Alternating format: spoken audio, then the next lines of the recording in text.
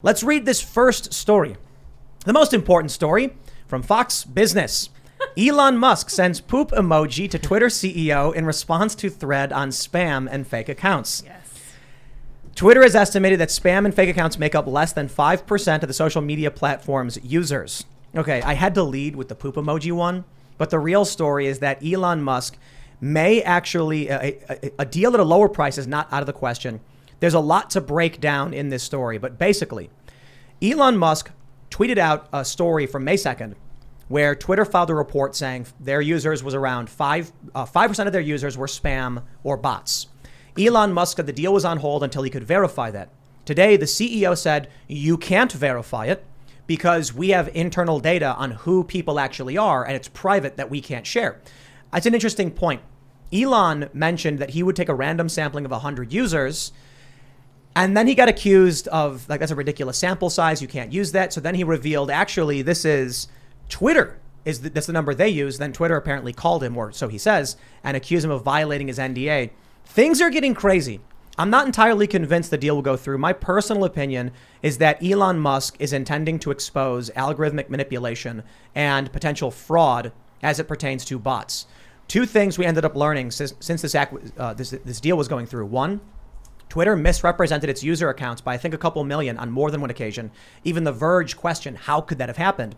And then we saw the strange shift where people associated with the right, libertarians, started gaining tons of followers, particularly people who are associated with more, like Marjorie Taylor Greene or Matt Gaetz gained a ton. But then we saw Barack Obama lose a bit. We saw Katy Perry lose a bit. If you were associated with the mainstream or the left, you were losing followers. Now, to me, my theory is algorithmic manipulation, but I'm curious what your guys' thoughts are. I don't know, Matt, if you want to jump in. I think when it comes to that, I think people were just reacting to the news of Elon Musk. I think people heard what Elon Musk was planning to do in terms of bringing back banned users, specifically one, Donald Trump. And I think you had a number of people who lean left or maybe apolitical, but just don't like Donald Trump, or people of that, of that political affiliation. And they deactivated their account. I'm not even saying they left for good. They just deactivated as a protest. And, conservatives definitely came back because they heard Elon Musk. And you saw this a lot. Conservatives actually think, and I can't say all, but the ones that you see on Twitter randomly, like you saw all these big conservative like influencers come on and go like, oh, I'm back because of Elon Musk. And it's like, why are you lying to your followers? That's not true. You're not back because of Elon Musk, because Elon Musk didn't do anything. He doesn't own Twitter yet. Like who came back? You had Tucker Carlson act like he came back because he was suspended, I think. Yeah, he was suspended, and he acted like he could have unsuspended himself at any time. He had to delete a single tweet. He chose on the day that Elon Musk announced he was going to purchase, all that news came out about Elon Musk purchasing Twitter.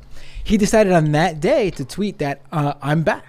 There were a few others who said that too. I can look them up in a second if you want. For sure. No, I'm familiar with that. Yeah. And it's like, why are you, because they know, like Tucker Carlson knows, because he did what, Charlie Kirk's another one.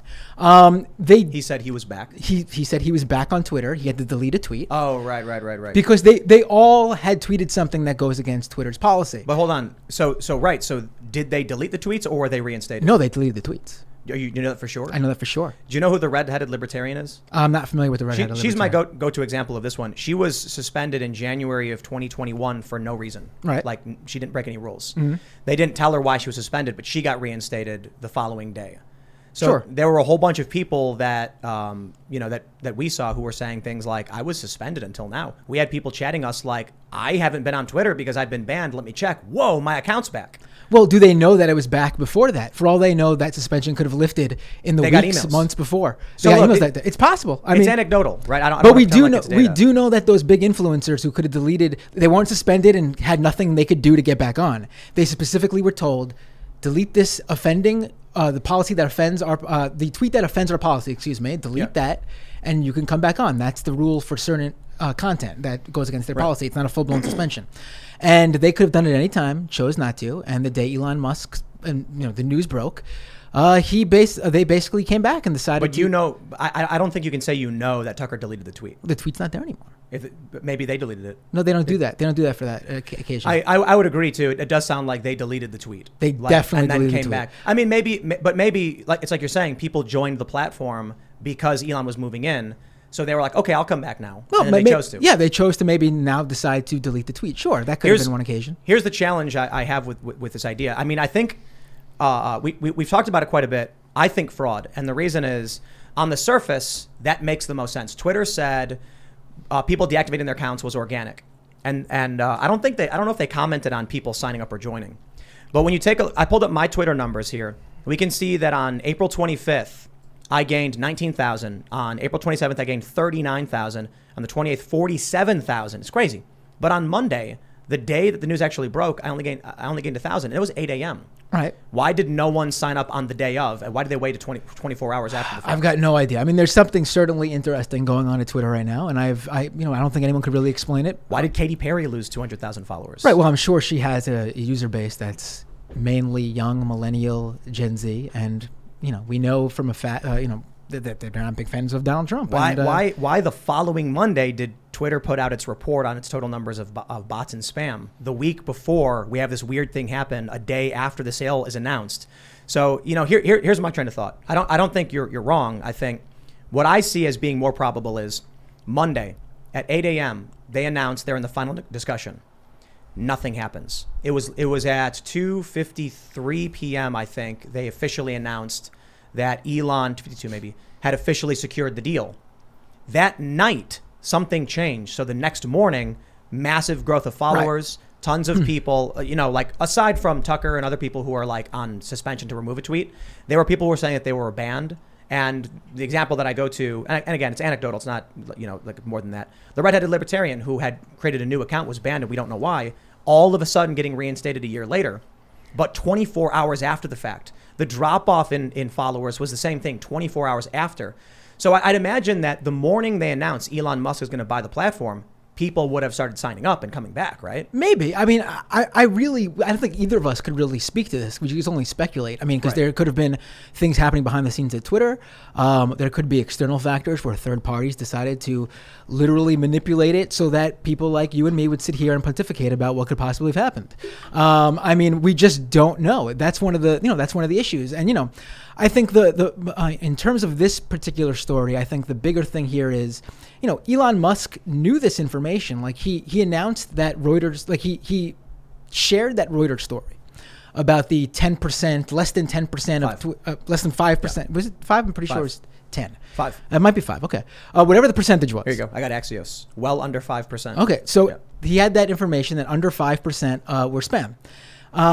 But the Reuters story he shared, that's from the Twitter filing that he had already in the prior week or two when he announced he was going to buy Twitter. Like, he knew this. He had their filing before they filed it? He knew the information. He was let in, obviously, on what he had to make a decision on whether to buy the company or not. Yeah. So they would let them know what their projections are or what their finances are. Where did you hear that? Well, it's part of the deal. That's where it's from.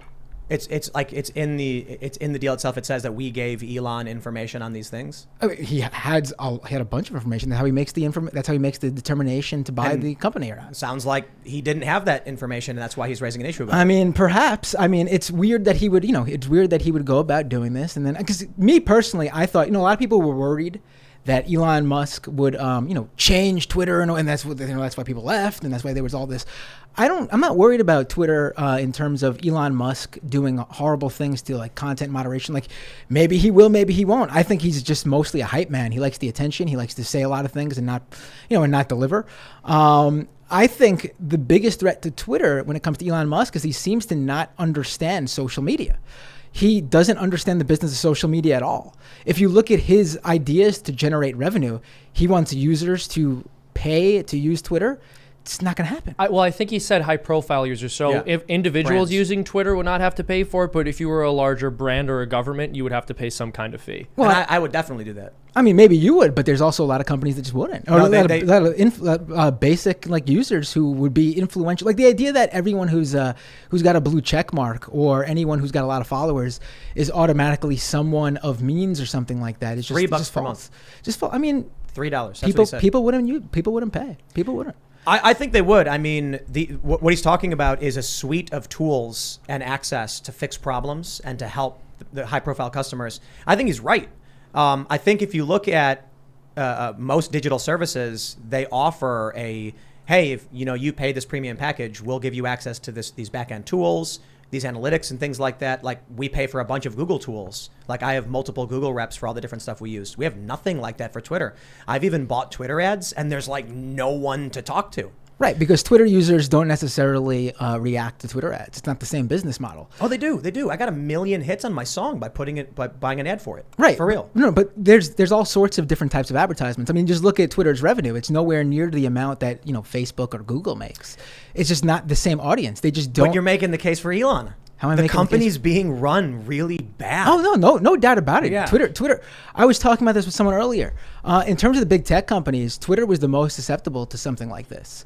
Elon can't afford Google, exactly. Or Elon can't afford Facebook. He can't afford any Apple, Amazon, Microsoft. They're well beyond the amount he could. He could barely even do Twitter. He needs to bring a whole bunch of people on board, and he needs to sell out Tesla stock.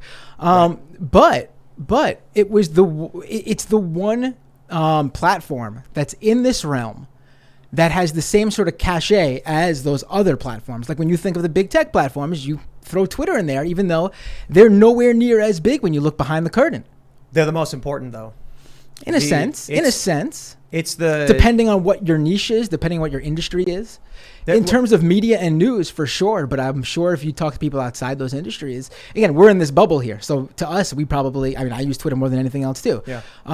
We're definitely in a bubble. I think that's a problem with a lot of things going on. People are in a bubble and they don't realize that they're basically, just taking information as they see it through their own lens. And there's whole other worlds on other platforms, even on Twitter. There's whole other worlds that you probably don't even know who Tim Pool is, period. Oh, for sure. Yeah. Yeah, I've tracked there's a really cool mapping thing they do. They've made multiple where it shows you like the different universes on Twitter and how they can connect, and some don't. There's like a cluster of people that's really small that has zero connection to the rest of the platform in any way. And it's the weirdest thing. And I've seen one where there was like a couple of users and I'm just like, what are they talking about? We need to figure out what they're doing over there. What are they doing over there by themselves? I think though it's the most important because it's the town square. Facebook isn't. Facebook is... Oh, that's what Twitter brands itself as, for sure. Right. So Twitter is, news They stories are set They here. got you, Tim. No, they do. No, they for sure.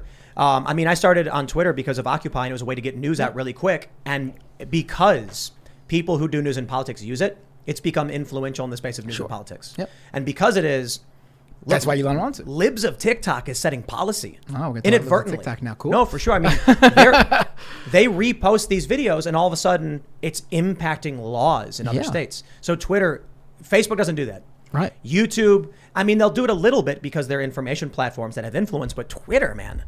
So many have argued this. People at corporate press have even argued. Facebook does disseminate information to people who'd be more likely to believe in something they read online based on it being falsified or not factual, simply because they seem to be the more common everyday user in terms of your parents. Yeah, your parents are on Facebook. Family members use Facebook for all sorts of different reasons, and people share things on Facebook that that they just sort of passively read or take in, and they just share to people that follow them on Facebook. Well, and I think you kind of hit the nail on the head there when you discussed family specifically. A huge part of why people use Facebook, based on my own experience, and the reason people use Instagram is because they're keeping in touch with people around them, whereas with platforms like Twitter and YouTube, they're also social media platforms, but they're much more about seeking information from complete strangers or people who you've come to trust over the years because you like their,